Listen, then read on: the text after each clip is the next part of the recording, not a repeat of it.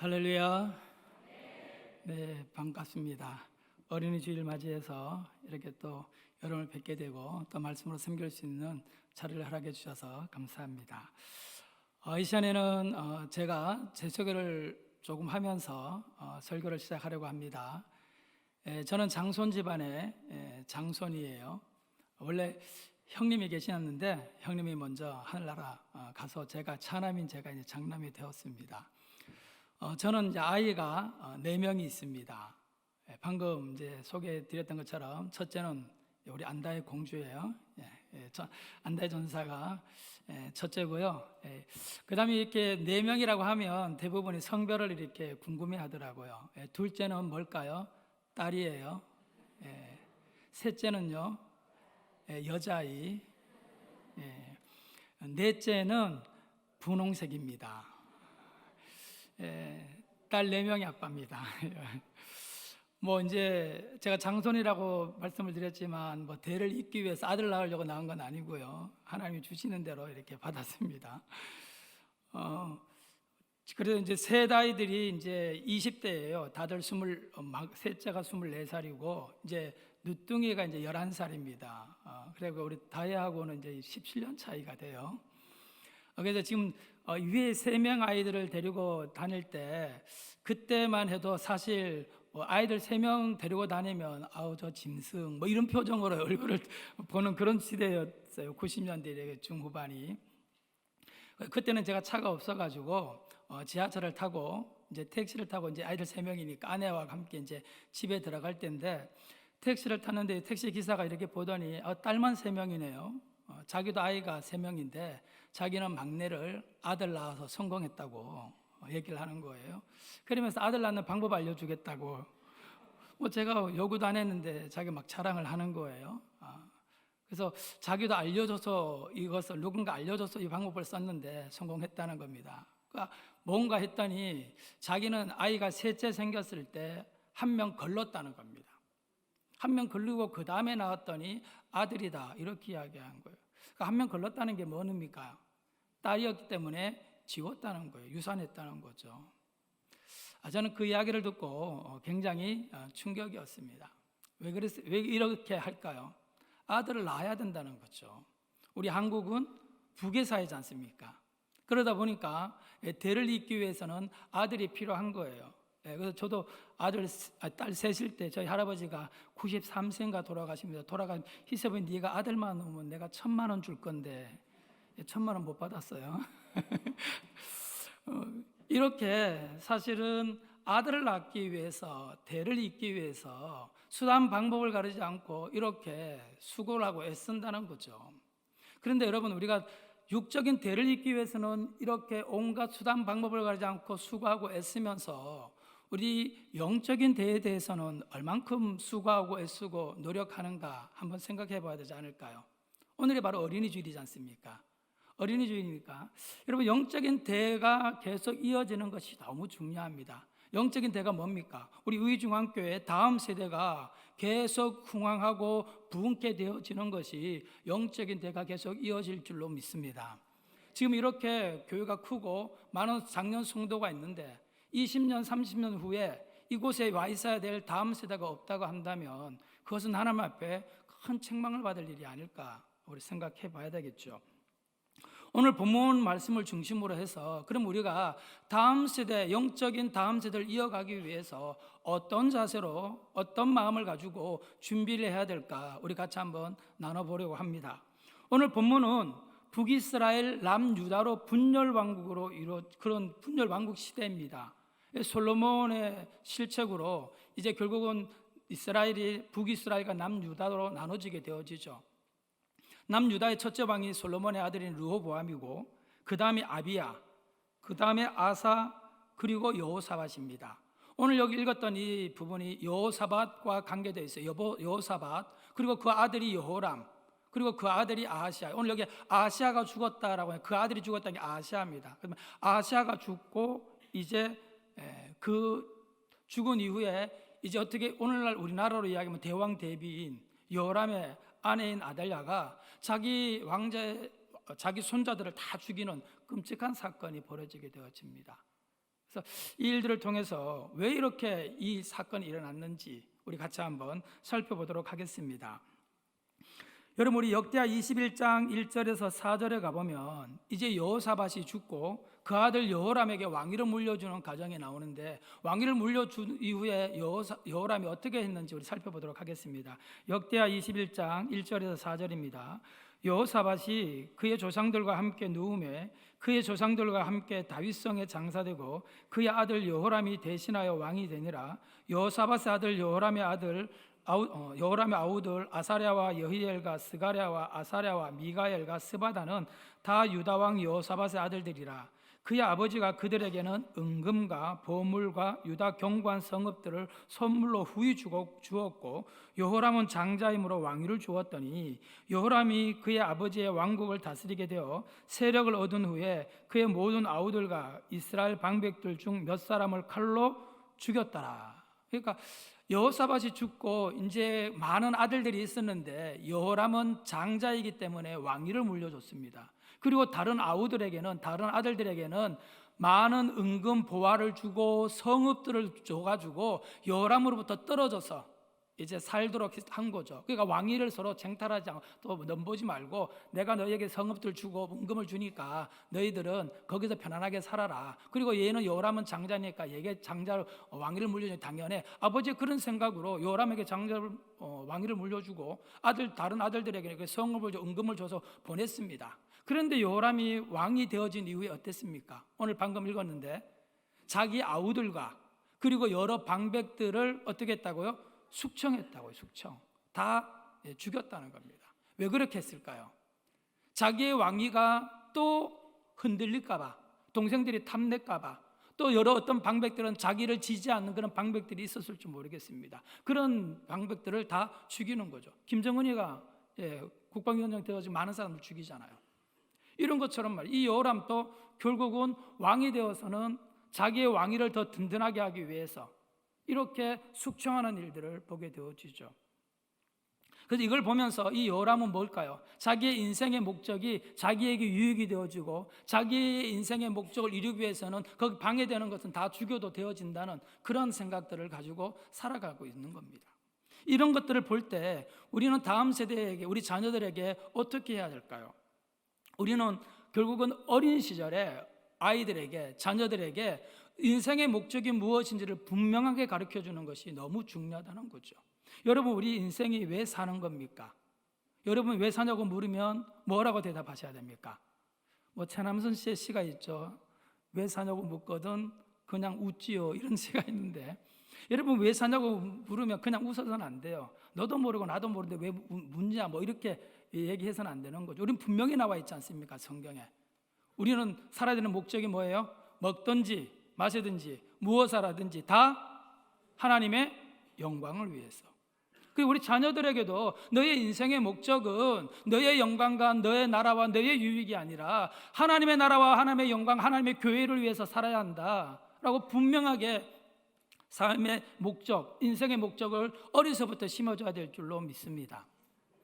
그런데 이 여호람은 그게 아니었어요. 여호사밧은 그냥 자기 자녀들에게 왕이 물려주고 편안하고 이런 것들을 물려줬지, 인생의 목적이 하나님의 나라와 영광을 위한 거지 네 나라와 네 영광이 아니야 라는 것을 알려주지 못해서 여호람은 결국은 왕위에 앉은 다음에 자기들보다 더 의롭다고 해요. 성경에 보면 동생들이 자기보다 더 의롭고 더 착하다 이렇게 나오고요. 착한 동생들을 죽였다. 자기의 왕위에 좀 걸림돌이 될 것 같고 위협을 줄 것 같은 동생들을 다 말살하는 겁니다.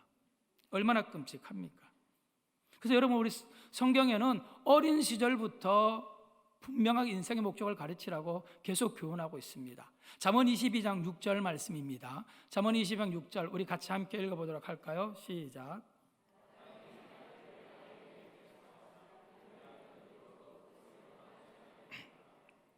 여기 마땅히 행할 길이 뭡니까? 마땅히 행할 길이 인생의 목적인 거죠.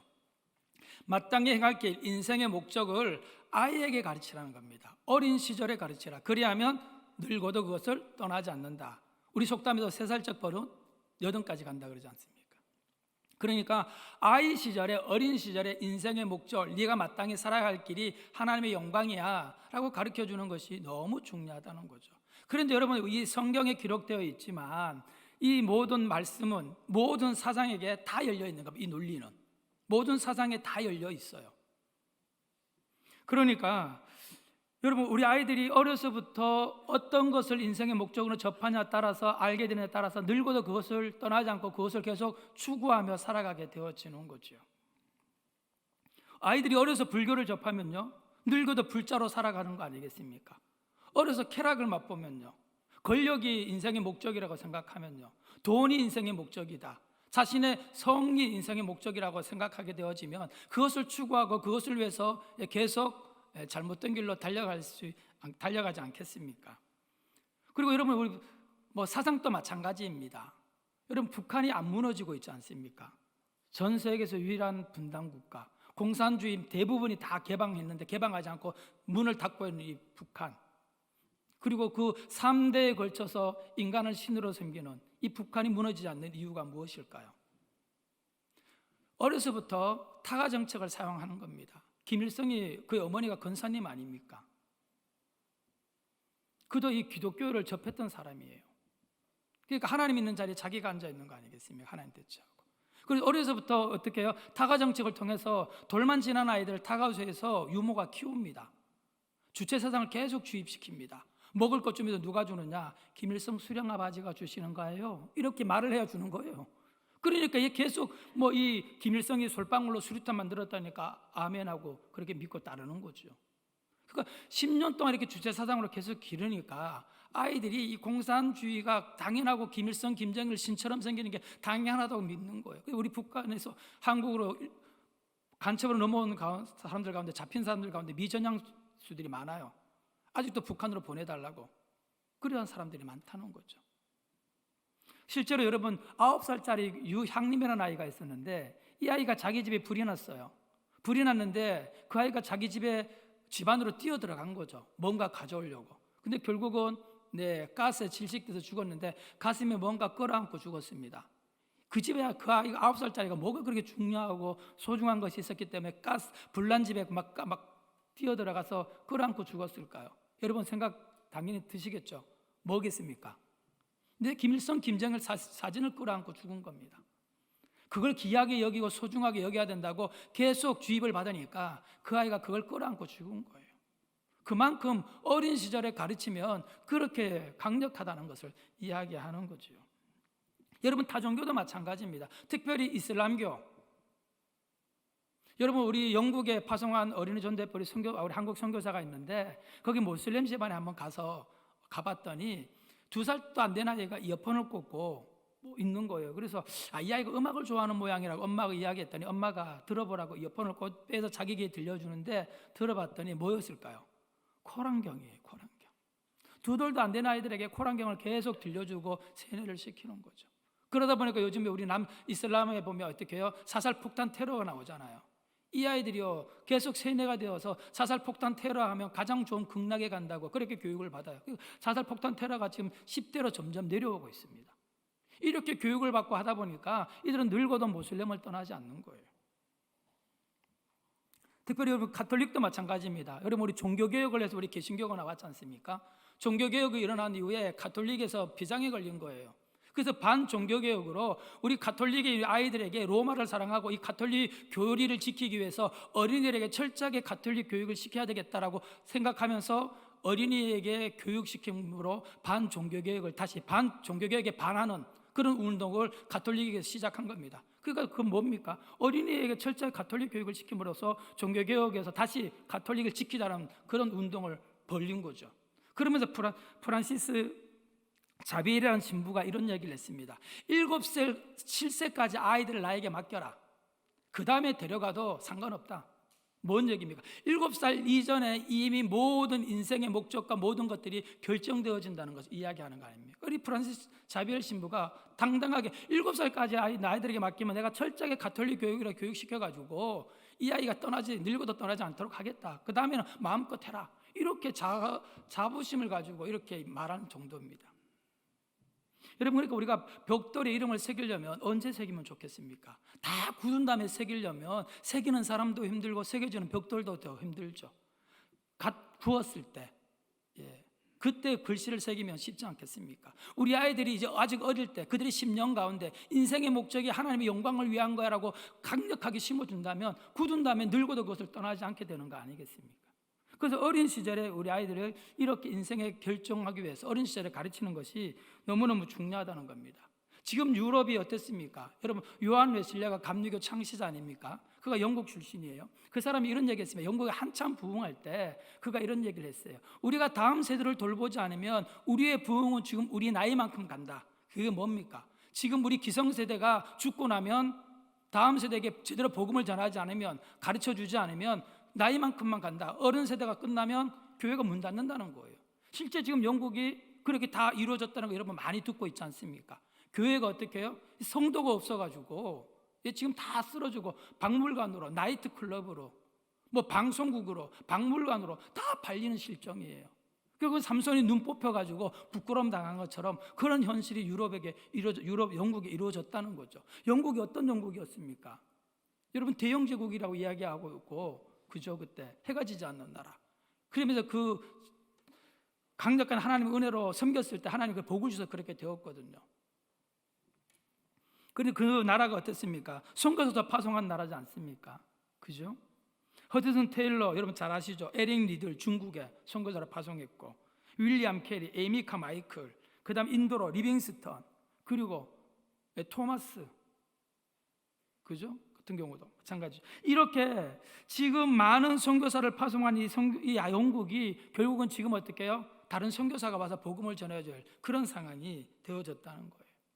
예수 그리스도를 왜 몰라요? 아이들이 지저스 크라이스트를 욕으로 하잖아요. 우리는 뭐 우리 한국은 성이 이제 뭐 좀 여기 이제 성과 관계되어 있지만 이 외국은 신의 이름과 관계되어 있다. 지저스 크라이스트가 뭐냐면 제기랄, 젠장. 뭐 여러분 영화 보시잖아요. 영화에 보면 지저스 크라이스트 나오는 게 그게 욕으로 하는 거예요. 욕으로. 갓댐 이런 식. 근데 우리 영국 선교사가 가서 새소식반하고 야외 어린이 전도하면서 아이들에게 Jesus Christ is Savior, 예수 그리스도가 구세주야 이러니까 애들이 놀라 자빠진다는 거죠. Jesus Christ는 막 이렇게 욕으로 들었고 자기들이 화낼 때 짜증 부릴 때 그렇게 쓰던 용어인데 그 용어인 Jesus Christ가 Savior, 구세주라고 하니까 애들이 놀란다는 거예요. 그만큼 영국이 이미 하나님에 대해서 들어보지 못한 그런 상황이 되어졌다는 거죠. 여러분, 우리 한국은요, 우리 한국도 여러분 지금 이미 우리 한국 교회가 큰 건물들이 팔려가지고 지금 나이트클럽이든 거 아십니까? 성수동에 여러분 핫플레이스 쳐보십시오. 할렐루야 교회가 옛 건물을 좀 판매한다고 판매했는데 업자가 사가지고 지금 나이트클럽으로 운영하고 있어요. 전시관으로 하면서. 을왕리에는요, 교회가 큰 교회 지었다가 부도 나가지고 큰 교회가 좀 사줘서 수양관이라 이렇게 했으면 좋겠는데 코로나 시대니까 큰 교회들도 사지 못했어요. 그래서 결국은 업자에게 팔려서 지금 카페가 됐습니다. 교회 그대로 있어요. 가보면 여러분 한번 을왕리 교회 카페 보십시오. 그래서 스탠글라이스에 그 성화 그림이 그대로 다 있는데 그냥 교회 카페예요. 카페. 미어 터진답니다. 커피 한 잔이 8,000원인데도 주말에도 꽉 차고. 뭐 이름도 궁금해서 한번 가실지 모르겠네요. 그만큼 지금 여러분 우리 한국 교회도 크게 교회 지었다가 건물 지었다가 부도 나가지고 지금 이렇게 팔려지는 이런 실정이란 말입니다. 교회 학교가 없는 교회가 50%가 넘습니다. 50%가. 지금 이런 우리 한국 시절인데 여러분, 우리 아이들이 열린문이라고 하지만 부드럽고 그렇게 수용성이 크지만 그 아이들에게 많은 것들이 인생이 그들의 마음밭을 밟고 지나가면 좋은 옥토밭이 길가밭, 돌밭, 가시밭으로 바뀌기가 금방이에요. 금방. 열린 문이지만 금방 그 마음이 굳어지고 닫혀집니다. 제가 20년 전에도 계속 어린이 사역을 했는데 그 교회 학교 앞에 가서 전도하다 보면 어떻게 해요? 4학년, 5학년짜리들이 됐어요, 나 지옥 갈 거예요 이러고 가는 애들 수두룩합니다. 20년 전에 제가 이제 유년부를 담당했고, 유년부, 초등부, 소년부를 큰 교회라서 그렇게 제가 유년부 1, 2학년을 담당했는데 교육위원회 모임 때 우리 소년부 부장님이 와서 우리 이제 앞으로 학교 앞에 가서 전도하기 힘들 것 같습니다. 왜요? 그랬더니 5학년짜리 우리 아이가 학급회의, 그 반에서 학급회의 하는데 어떤 아이가 건의를 했다는 거예요. 학교 앞에 와가지고 전도지 주고 자기 교회 오라고 그러고 뭐 예수님 믿으라고 하는데 그런 사람들 너무 귀찮다고 교장 선생님에게 건의합니다. 저런 사람들 나오지 못하게 해주세요. 5학년짜리가 20년 전인데 벌써 이런 시절이에요. 그리고 점점 그 마음이 강팍해지고 완악해지고요. 여러분 보십시오. 제가 천대법 4학년 5학년짜리 다 진화를 얘기하고 우린 동물이에요, 우린 진화로 이루어졌어요, 이렇게 얘기하는 애들이 수두룩해요. 하나님이 창조주고 예수 그리스도가 구세주라는 걸 알지는 못해요. 어린 시절에 알려주지 않으면 다른 사상들이 접해버리면 마음이 강팍해지고 하나님을 떠난다는 거죠. 그리고 여러분, 어린 시절에 가르친 건 중요한데 그뿐만 아니라 우리 아이들의 외적인 환경보다 그들의 내면의 영적인 세계를 우리가 관심을 가지고 책임지는 것이 너무 중요합니다. 여러분, 오늘 이 여호사밧의 집안에 이 아달랴가 자기 왕자들을 다 죽이는 이 일들이 왜 일어났습니까? 아달랴는 어떤 여인인 줄 압니까? 아합과 이세벨의 딸이에요. 북이스라엘 공주입니다. 북이스라엘 공주가 남유다 집안의 며느리로 들어왔다가 어떻게 해요? 이제 대왕 대비가 돼가지고 자기 남편 죽고 자기 아들 죽자 자기 손자들 왕자들을 다 죽이는 이런 끔찍한 일이 일어난 겁니다. 왜 이렇게 되었을까? 어떻게 북이스라엘 공주가 남유다의 집안에 며느리로 와가지고 이 위치에 있게 되었을까요? 그것은 여호사밧이라는 왕이 착각했기 때문이에요. 자기 자녀들의 외적인 환경, 좋은 환경을 물려주고 편안한 삶을 물려주길 원해서 북이스라엘과 연혼을 했다는 겁니다. 역대하 18장 1절입니다. 볼까요? 여호사밧이 부귀와 영광이 극하였고 아합으로 더불어 연혼하였더라. 이 여호사밧이 경건하는 왕입니다. 하나님을 잘 섬기는 왕이에요. 종교개혁했던 왕이에요. 그래서 하나님이 복을 줘가지고 여기 보니까 뭐라고 됐습니까? 부귀와 영광이 극하였더라. 굉장히 강대국이 되었어요. 돈도 많고 경제적으로 좋은 나라였는데 이제 자기 자녀들에게 이 왕위와 이 부귀 영화를 그대로 물려주길 원해서 어떻게 해요? 북이스라엘과 연혼을 했다는 거죠. 많은 적국들이 있는데 그 가운데 북이스라엘과도 대적이잖아요. 그런데 북이스라엘과 사돈관계를 맺으면 그나마 또 대적해야 될 적이 줄어드니까 자기 아들에게는 어떻게 해요? 조금 더 안정되어진, 좀 더 편안한 그런 나라와 정치적인 상황을 만들어주겠다고 생각해서 북이스라엘과 연혼을 해가지고 아합과 이세벨의 딸 아달랴를 데려온 거예요. 그런데 어땠습니까? 이게 미스인 거죠. 자기 집안을 온전히 쑥대밭으로 만드는 결과를 가져온 거예요. 그걸 모르는 거예요. 아버지로서 자기 자녀에게 더 편안하고 더 풍요롭고 더 안정된 삶을 물려주겠다고 했는데 오히려 자기 집안을 쑥대밭으로 만드는 끔찍한 결과를 가지고 오게 된 거죠. 여러분 보십시오. 역대하 21장 6절입니다. 이 아달랴가 시집 와가지고 어떻게 했을까? 요람이, 성경에 보면 요람이 아끼는 자 없이 죽었다고 얘기해요. 악을 행했습니다. 볼까요? 시작. 그가 이스라엘 왕들의 길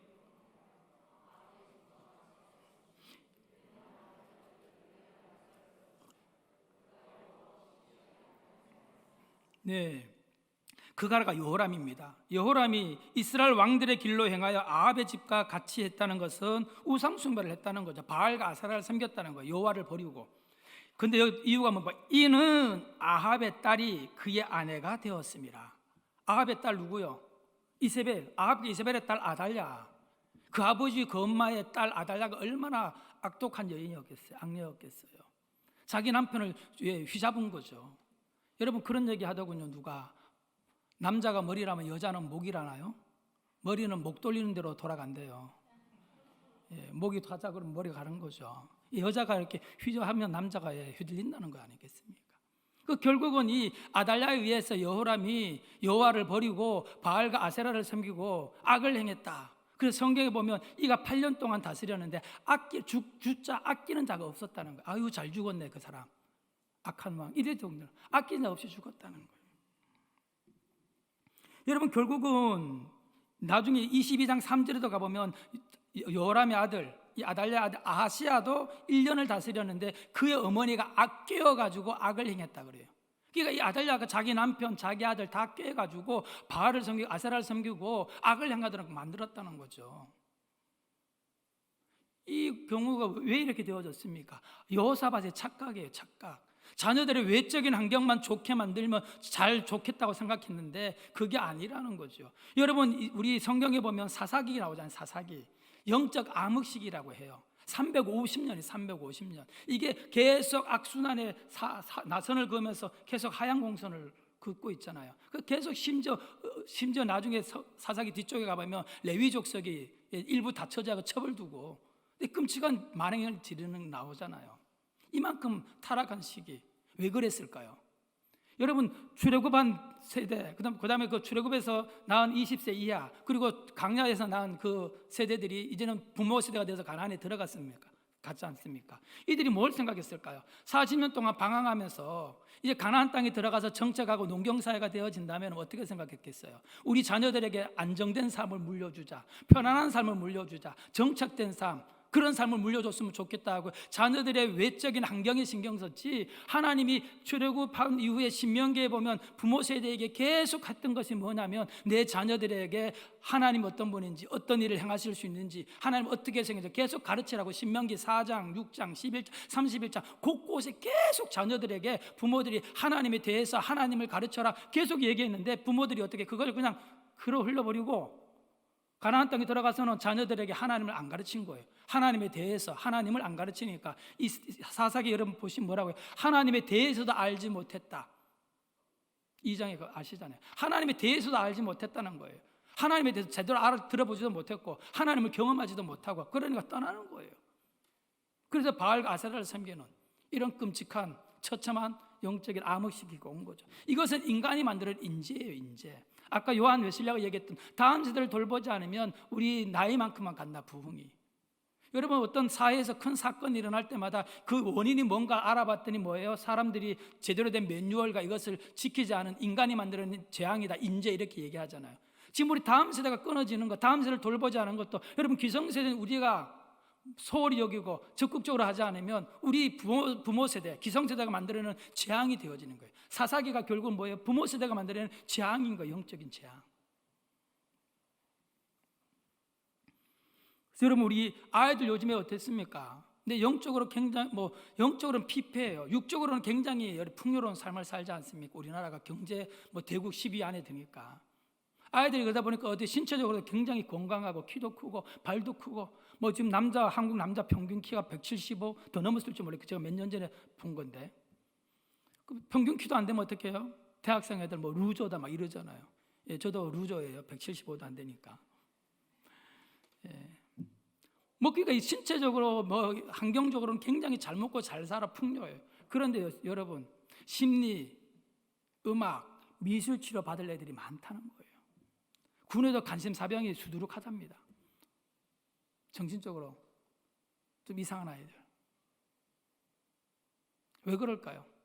육적인 환경에만 신경 썼지 영적이고 그다음 내면에 신경 쓰지 못했기 때문에 인내력도 부족하고, 이런 끔찍한 모습이 왜요?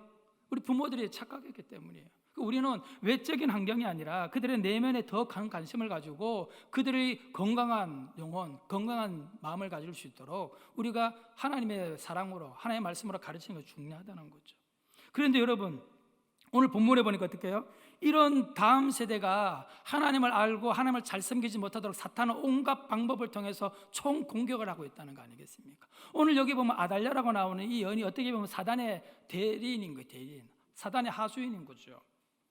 그래서 아하시아의 어머니가 아달랴가 자기 아들이 죽은 것을 보고 일어나 어떻게 했다고요? 유다 집의 왕국의 씨를 모두 진멸했다. 그러니까 자기 손자들, 왕자들을 다 죽이는 거예요. 다 죽이는 거. 왜 이렇게 했을까요? 유다의 왕국의 씨를 멸하겠다는 거 아니겠습니까? 이것은 여러분, 예수 그리스도가 이 땅에 오실 때 누구의 후손으로 오시죠? 마태복음 1장 1절에 누구예요? 아브라함과 다윗의 자손 예수 그리스도라.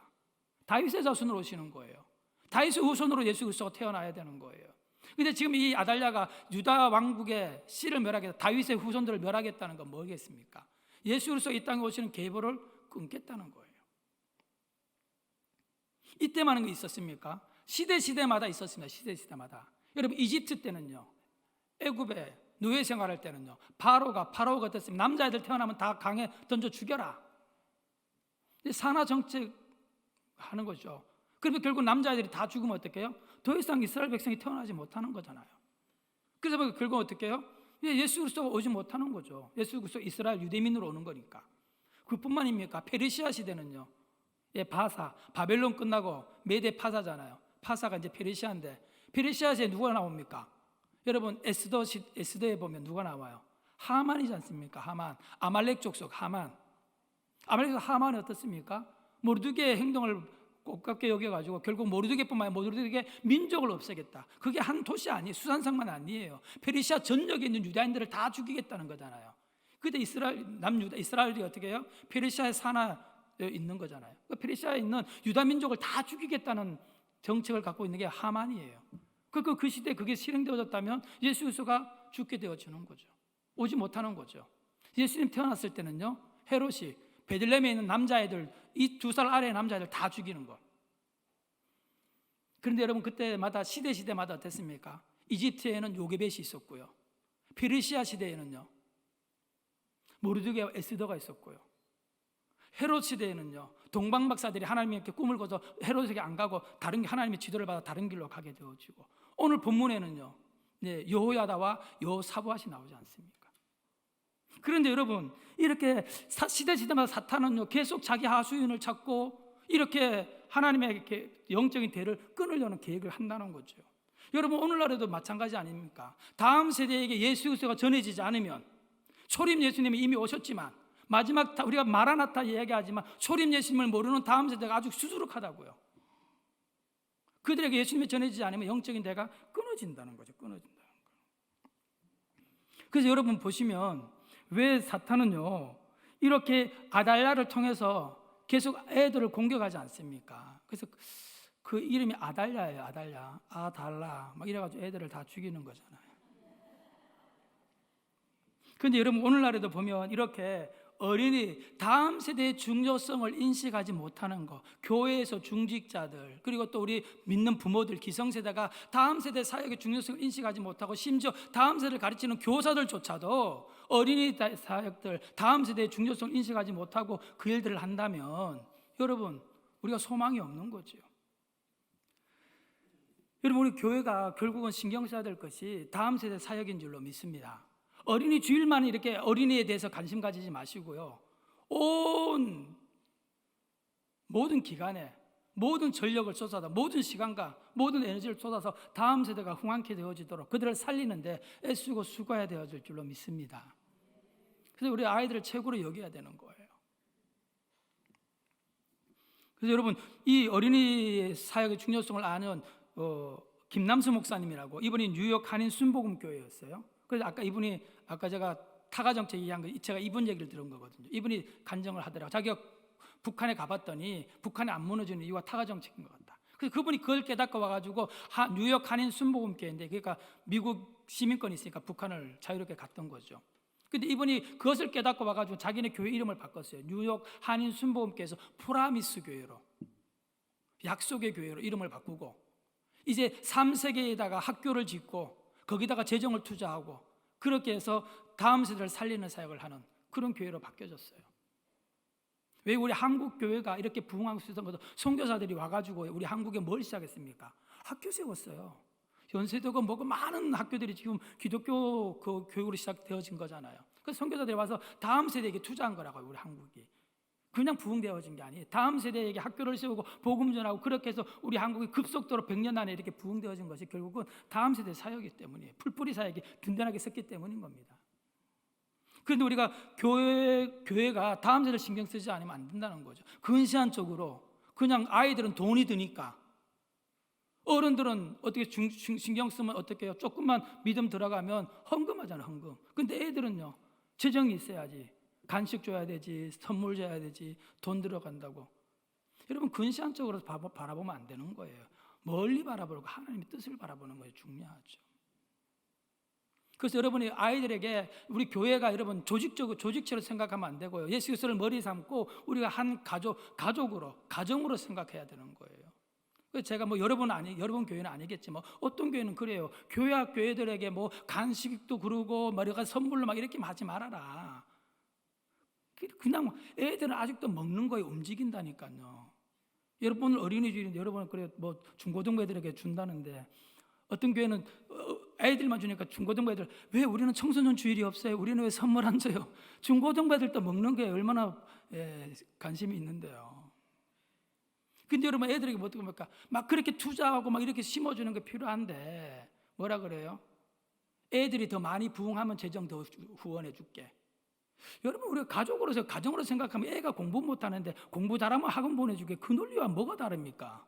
공부 못하면 돈 투자해가지고 학원 보내가지고 더 공부 잘하도록 더 애쓰고 막 가회를 붙이든지 뭐 가회를 보내든지 선생님을 뭐 가회 성성을 쓰든지 돈을 투자해서 애를 살려야지. 네가 앞으로 공부 열심히 하고 공부 잘하면 내가 뭐 학원 보내줄게.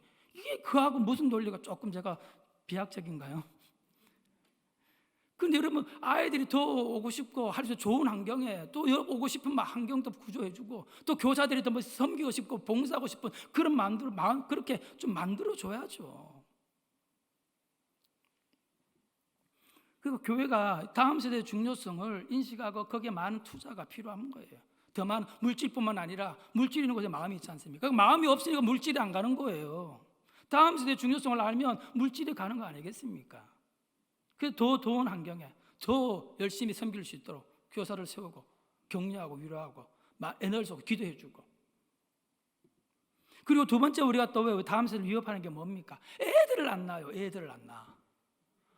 우리나라가 0.78% 출생아율이. 재작년인가에 태어난 아이들이요, 서울에 있는 대학교의 정원수보다 입학수보다 적답니다. 그러니까 여러분 걱정할 필요 없는 거예요. 이제 인서울 다 해. 그만큼 숫자가 적으니까. 근데 여러분, 우리 기독교인들이 크리스찬들이 자녀를 많이 낳아야 돼요. 여러분, 자녀가 2명인 분, 2명 이하인 분은 회개하라, 천국에 가까워졌습니다. 2명 나면 본전이에요, 본전. 지금도 여러분, 애기 나올 수 있으면 성육하고 번성하고 땅에 충만하라고 말씀했잖아요. 여러분, 바울처럼 독신의 은사 아니면 애 낳으세요. 묶었으면 풀고. 제가 그전에 교회에도 어떤 분이 이제 묶었는데 풀린 거예요. 풀어서 낳았대. 그래서 이렇게 몇백만 원짜리 막 푸는데 비용 되고 들으면서 얘가 막 이렇게 얘기하시는 분도 있었거든요. 우리가 자녀를 많이 낳아야 돼요. 아까 말씀드렸잖아요. 모슬렘이요. 독일에 있던 모슬렘 지도자 그런 얘기했어요. 독일이 30년만 되어지면 자연으로 모슬렘화가 다 된다. 왜? 독일 사람들은 애 안 놓고 개나 고양이 키우고 있는데 우리 모슬렘 사람들은 거기 이주해 가가지고 애를 5명, 6명 낳으니까 이 30년만 지나면 모슬렘화가 된다는 거예요. 모슬렘화가 된다는. 그게 모슬렘의 정책이에요. 전략이에요. 다산 정책. 근데 우리 젊은이들은 어떻게 해요? 하나님 말씀 그거고 애 1명 키우는 그 돈으로 차라리 내 노후를 준비하지. 이거는 여러분 노후도 하나님이 맡기시기 바랍니다. 사실 정말 그러지 않더라고요. 제가 우리 아이들 막 나오니까 우리 교회 어떤 권사님이 저 아내하고 따로 다녔거든요. 그러면서 교육자가 뭔 돈이 있다고 애를 3명이나 낳고 막 3명 낳았다고 막 이렇게 훑어보고 이런 분도 있었대요. 근데 시장에 어떤 할머니가 아유 괜찮아, 애들은 지 먹을 거 다 갖고 태어난데 진짜 안 믿는 사람한테 못해. 괜찮다고 지 먹을 거 다 갖고 태어난다고 안 믿는 사람이 이렇게 얘기하는데 믿는 권사님이 아이고 목회자가 애나 회개하라. 그 노후가 뭐든지요, 여러분 낳으면 하나님이 책임지실 줄로 믿습니다. 저희 애들 다 대학 잘 나왔습니다. 3명 다. 그러니까 여러분 정말 이것 때문에 애들 안 낳는다 그건 아니에요. 하나님이 책임지실 줄로 믿고 많은 아이들 낳고 교회가 더 출산 장려 운동도 하고 그리고 또 믿음으로 잘 키워서 강한 교회를 만들어가야 되지 않겠습니까? 근데 또한 우리 아이들이 살아갈 환경도 참 힘들어요. 컴퓨터, 인터넷 빠른 게 애들 망쳤잖아요. 애들 갖고 있는 스마트폰으로 애들이 다 야동 보고 있고요. 다 이렇게 음란물로 다 지금 애들 다 망쳤어요. 4학년, 5학년 된 애들만 돼도 야동 얘기해요. 우리 한국의 포르노 사이트만 3만 개가 넘는답니다. 초등학생이 운영하는 사이트도 있었대요. 그리고 우리 사랑하는 아이들 환경도 이혼율도 굉장히 높고요. 심지어 우리 한국도 이렇게 되었잖아요. 여보, 당신 아이와 내 아이가 우리 아이 때렸어요. 지금 이렇게 되어진 가정이 정말 이혼율도 높고 재혼도 그렇고 그러다 보니까 우리 아이들이 힘들어하죠. 지금 저희 교회 나온 아이도 지금 우리 30 먹은 아주머니인데 이 아주머니가 중학교 때 교회를 다녔대요. 그래서 최근에 이제 저희 부활절 나왔는데 아이가 이제 최근에 셋째를 낳았어요. 근데 첫째가 지금 9살, 그 다음에 이제 6살 되어지는데, 근데 보니까 아빠가 다 달라요. 지금 사는 남자아이를 지금 낳았어요. 이제 셋째를. 이제 30밖에 안 됐는데.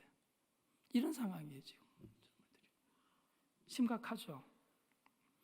여러분, 그리고 또 폭력도 마찬가지지 않습니까? 아이들이 더 폭력적이 되어지고, 그래서 점점 아이들도 일장, 일진 이렇게 얘기하잖아요.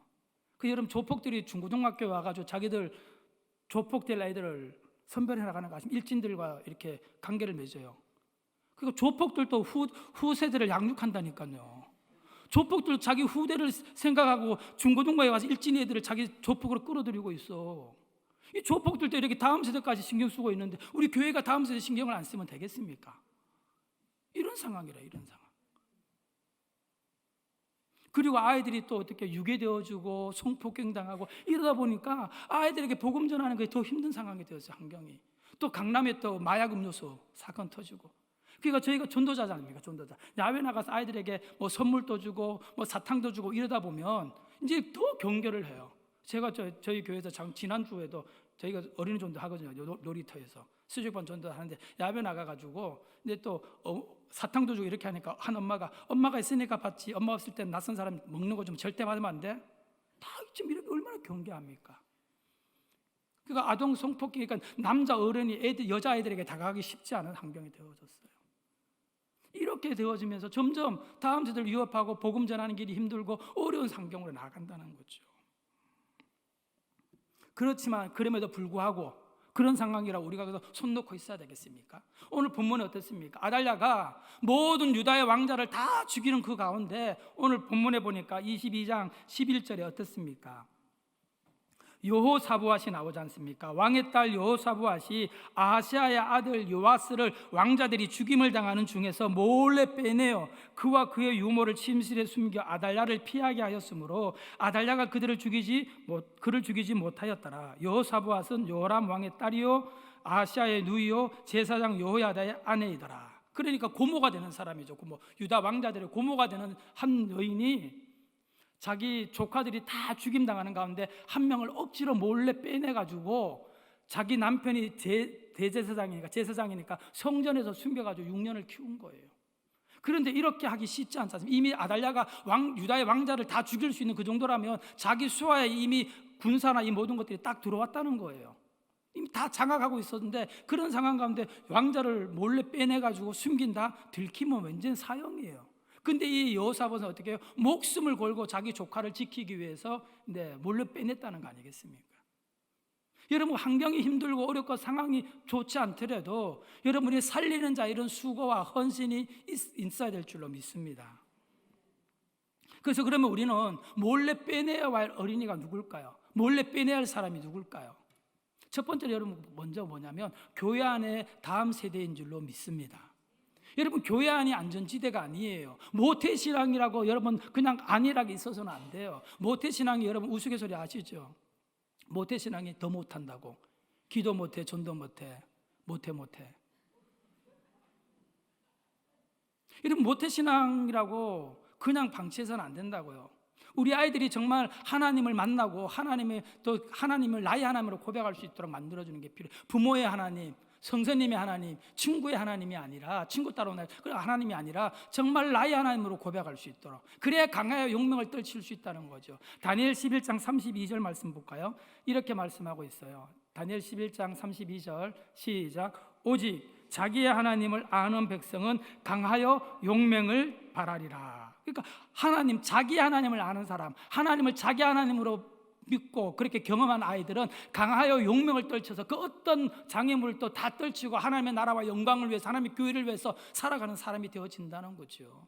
그 자기 하나님이 되어지도록. 그래서 우리 여러분 교회 아닌 아이들을 위해서 여러분 기도하는 것이 필요해요. 기도하고 관심을 가지고 세워주고 성령께서 터치하시도록 만나주시도록 그렇게 하는 것이 그냥 방치해서는 안 된다는 거예요.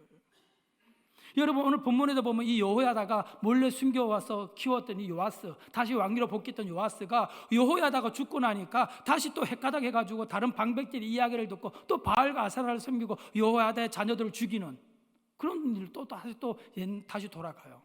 그러니까 기생신앙이라는 거예요. 기생신앙. 숙주가 죽으니까 기생충이 죽는 것처럼 그냥 기생신앙, 부모에게, 부모 교사들에게 이렇게 기생되어진 신앙이 그 세대가 죽으면 끝난다는 거. 그러니까 아까 우리 세대만큼 간다. 우리가 다음 세대를 잘 세워놓지 않으면 우리 아이들이요, 우리가 죽으면 하나님을 만나지 못하면 교회 떠난다고요. 여러분 통계가 나와 있어요. 교회 학교 가운데 20명이 고등학교 졸업하는 20명 가운데 16명이 교회를 떠난답니다. 하나님을 만나지 못하니까 그런 거죠. 여러분 아까 영국 실정을 계속 얘기하는데 영국의 청소년 아이들은 탈세례식을 한대요. 탈세례식. 그러니까 영국도 국교가 기독교니까 어떻게 유아세례를 받는 거죠. 유아세례 때, 결혼식 때, 장례식 때 교회를 가는 거예요. 사람들이 3번을 가는 거지. 근데 유아세례 때 세례를 받았으니까 얘가 청소년이 방황하고 막 제대로 안 믿으니까 그래도 믿음이 있던 부모들이 네가 그러면 되냐, 네가 유아세례 받은 아이인데 그러면 안 된다. 그러니까 얘가 스트레스 받는 거예요. 하나님 다 모르고 하나님 또 알지도 못하는데 유아세례 그러니까 그 굴레에 매어 살고 싶지 않다고 청소년들이 드라이기로 머리를 말린답니다. 어린 시절에 유아세례 때 받았던 그 물을 말린다고. 그게 탈세례식이에요. 나 탈세례하겠다.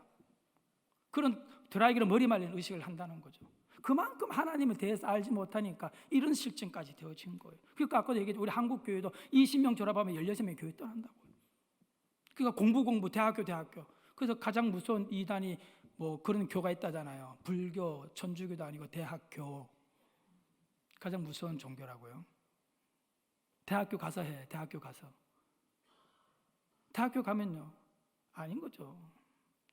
다 놓치는 거예요. 그 다음에 우리가 두 번째 몰래 빼내야 할 영혼들이 누굴까요?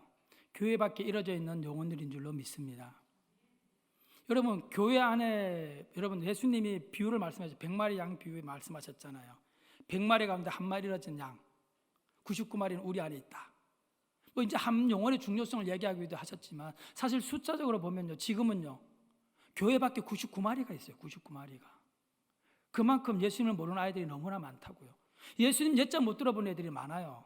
교회 바로 옆에 있는 아이들도 교회를 한 번도 안 와봤다는 아이들도 있더라고요. 제가 3.1클럽 하면서 어떤 교회 가서 이제 전도해 주는데 교회 바로 옆에 있는데 4학년짜리인데 교회 한 번도 안 다녀봤대요. 그 주변에 교회도 수두룩한데.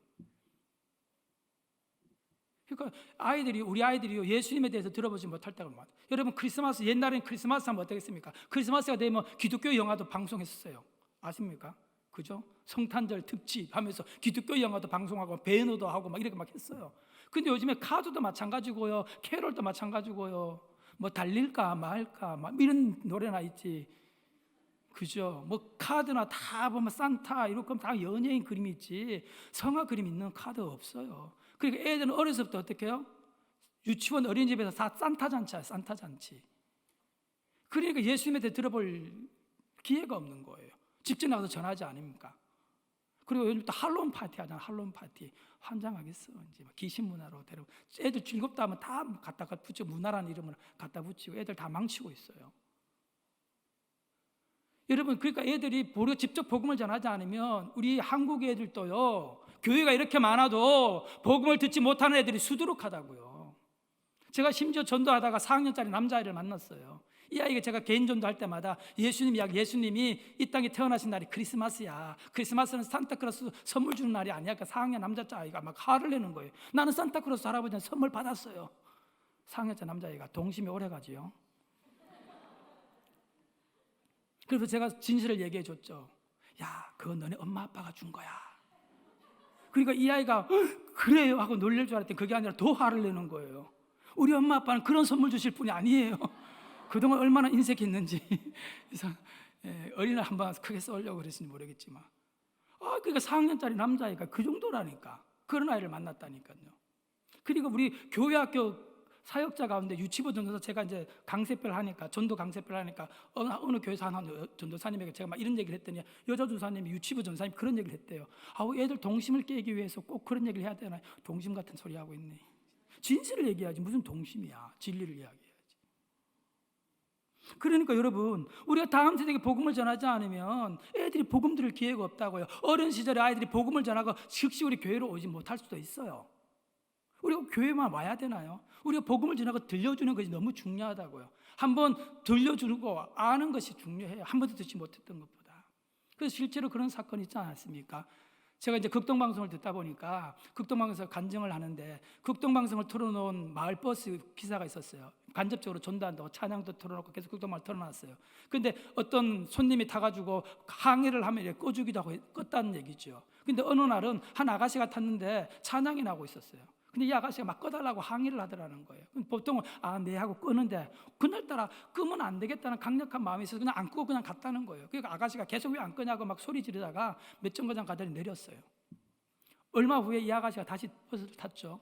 그리고는 안 내리고 끝까지 종점까지 오더니만 기사한테 얘기하더라는 거예요. 내가 지난번에 소리 질렀던 사람이라고. 알죠? 그런 사건이 있었으니까 기사가. 안다고. 사실은 그날 자기가 너무 인생이 괴롭고 힘들어서 이 버스 타고 이제 죽으러 자살하러 가는 길이었는데 버스를 탔는데 찬송 소리가 들려가지고 자기가 어린 시절에 교회를 다녔던 것이 다시 떠오르고 그래서 괴로워가지고 막 꺼달라고 했는데 안 꺼졌는데 그래서 그 내린 이후에 다시 자기 어린 시절에 다녔던 교회 가졌던 신앙을 가지고 죽지 않고 다시 살기로 결심했다고 그렇게 이야기하는 걸 들었어요. 여러분 거기서는 뭐 극동방송에 대한 이제 그 헌금 모금 때문에 했던 그 부분이긴 한데 그러기 사실 저는 어린이 전도자인데 그게 들렸어요. 그 아가씨가 어린 시절에 교회를 다녀보고 복음을 들어보지 않았다면 죽으러 가는 사람이 찬양이 귀에 들어왔겠습니까? 아니겠어요? 아니에요. 그 어린 시절에 찬양을 부르고 또 교회 와서 예배를 드려보고 또 교회 오지 못하면 바깥에 세조역반 전도라든지 개인 전도자를 통해서 복음을 들어보고 하나님에 대해서 알아봤다고 한다면 그게 들리지 않았겠어요? 하나님 역사에서. 그러니까 어린 시절에 듣게 하는 것, 들려주는 것이 그만큼 중요하다는 거예요. 그만큼 중요하다. 그 여러분이 이 교회 안에 아이들도 책임져야 되겠지만 교회 밖 여러분 우이동 이 주변에 있는 학교를 입양하고 그 아이를 적극적으로 전도하고 공략하면서 여러분들이 다 이 지역을 살리는 귀한 은혜가 있기를 주의 이름으로 축복합니다. 그러면 우리가 과연 어떤 자세로 이렇게 해야 될까요? 여러분 다음 세대 아이들을 바라볼 때 말이에요. 지금 오늘의 어린이가 내일의 어린이가 아니에요. 오늘의 어린이는 내일의 어른입니다. 같이 한번 오늘의 어린이는 내일의 어른이다. 여러분이 지금 CEO라든지 대통령이라든지 연예인이라든지 국회의원들 전도할 수 있겠어요? 안 만나줘요. 만날 수도 없어요. 그런데 여러분 미래의 대통령, 미래의 CEO, 미래의 스포츠스타, 미래의 연예인들은 여러분들이 전도할 수 있는 줄로 믿습니다. 지금 오늘의 어린이가 내일에 누가 될지 모르는 거잖아요. 여러분 박정희 대통령도 교회학교 출신인 거 아시죠? 구미상무교회 출신이에요. 여러분 가보면 구미상무교회 박정희 대통령 사진이 있어요. 기념관에. 근데 그가 어린 시절에 고무신 구멍난 거 신고 교회 바닥을 밟아 좀 더럽혔다고 교회학교 선생님이 따기 때렸다잖아요. 그래서 교회 끄는 거예요. 가보면 있어요. 그 교회 지을 때 박정희 대통령이 하사금을 했어요. 하사금. 목사님 석조로 단단히 지으시지요. 그러니까 내가 만난 아이가 나중에 누가 될지 몰라요. 그 선생님이 박정희를 그때 잘 도듬었다면 우리 현대사가 달라지지 않았겠어요. 그리고 최근에 들었던 우리 목사님의 한 노회장 했던 목사님이 광주에서 목회할 때인데 교역자 사역할 때인데 한 아이가 와가지고 야구공 가지고 계속 교회 바닥에 막 공을 던지고 막 이러는 거예요. 말썽 부리는 너 교회 오지 마 하고 또 그랬다는 거예요. 근데 알고 봤더니 그 아이가 나중에 누구 됐을까요? 선동열이야, 선동열. 근데 그 목사님이 얘가 선동열 될 줄 알았다면 그때 잘 대해줄 거예요. 근데 제가 그래서 찾아봤어요. 선동열 종교가 뭔가 안 나오대요. 참, 그러니까 우리가 만나는 아이들이 지금 나중에 어떤 아이가 될지 모른다고요. 그러니까 여러분 이런 비전에 내가 만나는 아이, 내가 장래의 대통령, 장래의 스포츠스타, 장래의 CEO를 내가 지금 전도한다는 그런 마음으로 아이들을 교육하고 양육하고 전도하는 것이 우리에게 필요합니다. 그 다음에요. 우리가 이렇게 일하라고 해서 사실은 여러분 이렇게 하더라도 여러분 막 등 떠밀려가지고 코 깨가지고 하면 그 일이 얼마나 오래 가겠습니까? 여기 보십시오. 여호사부가 누가 코 깼습니까? 누가 네가 가서 왕자 구해라고 등 떠밀었겠어요? 아니에요. 이 여호사밧이 등 떠밀리지 않았고요. 그리고 이 여호야다가 등 떠밀리지 않았어요. 여러분 오늘 본문에 보십시오. 역대하 23장 3절 같이 읽겠습니다. 시작. 온 회중이 하나님의 전에서 왕과 언약을 세우매 여호야다가 무리에게 이르되 여호와께서 다윗의 자손에게 대하여 말씀하신 대로 왕자가 즉위하여야 할지니. 그러니까 이제 요아스를 6년 동안 술래 키우고 7살이 되었을 때 이 여호야다가 이제는 이 요아스를 다시 왕위로 복귀시키려고, 아달랴를 밀어내고 이 요아스를 다시 왕위에 앉히려고 이제 다시 개혁을 하려고 하는 거예요. 근데 23장 1절에 가보면 뭐라고 되면 용기를 내었다. 여호야다가 용기를 내었다 이렇게 이야기해요. 여호야다가 어떻게 용기를 내서 이미 6년 동안 아달랴가 다 정책을 장악하고 있는데 그걸 다시 반역해가지고 요아스를 다시 왕위에 올릴 수 있을까요? 그러다가 그것이 무산되어지면 목숨을 잃고 뭐 삼족이 멸절당할 상황인데 어떻게 해요? 용기를 낼 수 있었던 이유는요, 하나님의 뜻이 어디 있는지 알았기 때문이에요. 여호와께서 말씀하신 대로 다윗의 후손이 왕자가 되는 것이 하나님의 뜻이야. 왜? 하나님이 다윗에게 네 씨가 계속 왕위를 이어갈 것이라고 약속하셨잖아요, 다윗 언약으로. 그런데 지금 북이스라엘 공주가 와가지고 왕위를 차지하고 있는 게 하나님의 뜻이 아니야. 하나님의 계획이 아니야. 유다의 왕자가, 다윗의 후손이 왕위에 앉는 게 하나님의 뜻이고 하나님의 계획이고 하나님의 약속이야. 하나님의 뜻을 알으니까 여호야다가 그 힘들고 어려운 상황에도 용기를 내가지고 백부장들에게 용기를 주고 우리가 다시 개혁을 해서 일으키고 요아스를 왕위에 앉히자. 등 떠밀린 거 아니에요. 코 깬 거 아니에요. 뭘 알았다고요? 하나님의 뜻이 어디 있는지 아니까, 하나님의 계획이 무엇인지 아니까 용기를 내고 다시 목숨을 걸고 그 일에 헌신할 수 있었던 거 아니겠습니까? 여러분, 성경에 이렇게 말하고 있습니다. 마태복음 18장 14절. 마태복음 18장 14절입니다. 같이 읽어볼게요. 이와 같이 이 작은 자 중에 하나라도 잃는 것은 하늘에 계신 너희 아버지의 뜻이 아니라고요. 뭐라고요? 하늘에 계신 너희 아버지의 뜻이 아니라고. 이 작은 자 중에 하나라도 잃는 것. 이와 같이가 뭐냐면 앞에 100마리 양 비유가 나와요. 100마리, 한 마리 양 잃어버린 양 목자가 찾아 나서는 것처럼, 이처럼 한 어린이 하나라도 잃어지는 것, 복음을 듣지 못해서 멸망당하는 것 하나님의 뜻이 아니다. 하나님 뜻대로 살기를 원하시는 분, 아멘. 하나님의 뜻이 어디 있다고요? 다음 세대를 흥왕케 하는 것, 다음 세대를 살리는 것, 그것이 하나님의 뜻인 줄로 믿습니다. 그래서 이 일을 위해서 여러분이 용기를 내고, 이 일을 위해서 시간을 들이고 물질을 들이고 또 기도를 드리고 에너지를 쏟아가지고 다음 세대를 살려내야 될 줄로 믿습니다. 그래서 이 여호사밧은 적극적으로 수고하고 헌신했어요. 여러분, 사실 편안함만 추구하려면요 한정이 없습니다. 편안한 삶, 서 있는 것보다 앉아있어야 여러분 편안하시죠? 제가 한 40번 서 있는데 앉아있어도 힘들어요. 뭐 하면 좋을까요? 누우면 좋아요. 눕는 것도 오래 있으면 힘들어. 가장 편안한 거 알려드릴까요? 잠드시면 돼요. 아예 죽으시면 되는 거죠. 뭐 가장 편해, 육신적으로 편안한 거. 근데 우리 편안함을 추구하는 거 아니잖아요. 조지 히필드는 뭐라고 이야기하냐면, 나는 녹슬어서 버려지기보다 닳아서 없어지기를 원한다. 여러분, 우리 권사님들, 연세 많으신 권사님들은 전도 못하고 교육하지 못한다면 기도하세요. 기도. 우리 아이들을 살려주세요. 우리 아이들 만나주세요. 전도하는 교사들 도와주세요. 마지막으로 성과 하나 읽고 마치겠습니다. 하나님의 뜻을 알고 하나님의 나라와 영광을 위해서, 하나님의 교회를 위해서, 다음 세대를 위해서 헌신한 사람을 하나님 어떻게 대하시는지. 역대하 24장 15절에서 16절입니다. 같이 읽겠습니다. 시작.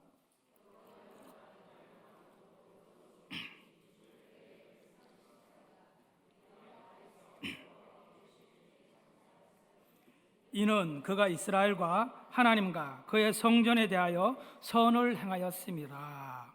여호야다가 제사장입니다. 제사장이 죽고 나니까, 근데 여기 보니까 뭐라고 돼요? 여러 왕의 묘실에 장사됐대요. 왕의 묘실에. 누가요? 제사장이. 신분이 제사장인데 어떻게 왕의 묘실에 장사가 되어져요? 그런데 여러분, 성경의 다른 성경에 보면 21장 20절이나 24장 25절하고 여호람은 왕이고 요아스도 왕이었는데 이 두 왕이 죽은 다음에 왕의 묘실에 장사가 못 돼요. 왜? 너무 악한 왕들이라. 그런데 오히려 신분이 제사장인 여호야다가 왕의 묘실에 장사가 되는 거예요. 왜요? 네가 진정한 왕 같은 삶을 살았다는 거죠. 그러니까 하나님은, 하나님의 나라에는 직분이 있는 게 아니에요. 직분이 중요한 게 아니에요. 목사나 장로나 권사나 안수들, 이런 그런 직분이 중요한 게 아니에요. 중요한 건 뭐예요? 하나님의 뜻이 어디 있는지 그 뜻을 알고 헌신하는 게 중요한 거죠. 여호야다가 어떻게 해요? 이스라엘과 하나님과 그의 성전에 대해서 선을 행했다. 이스라엘과 하나님과 그의 성전을 향하여 선을 행하기 때문에 네가 정말 진정한 왕 같은 삶을 살았기 때문에 네가 왕의 묘실에 들어간다.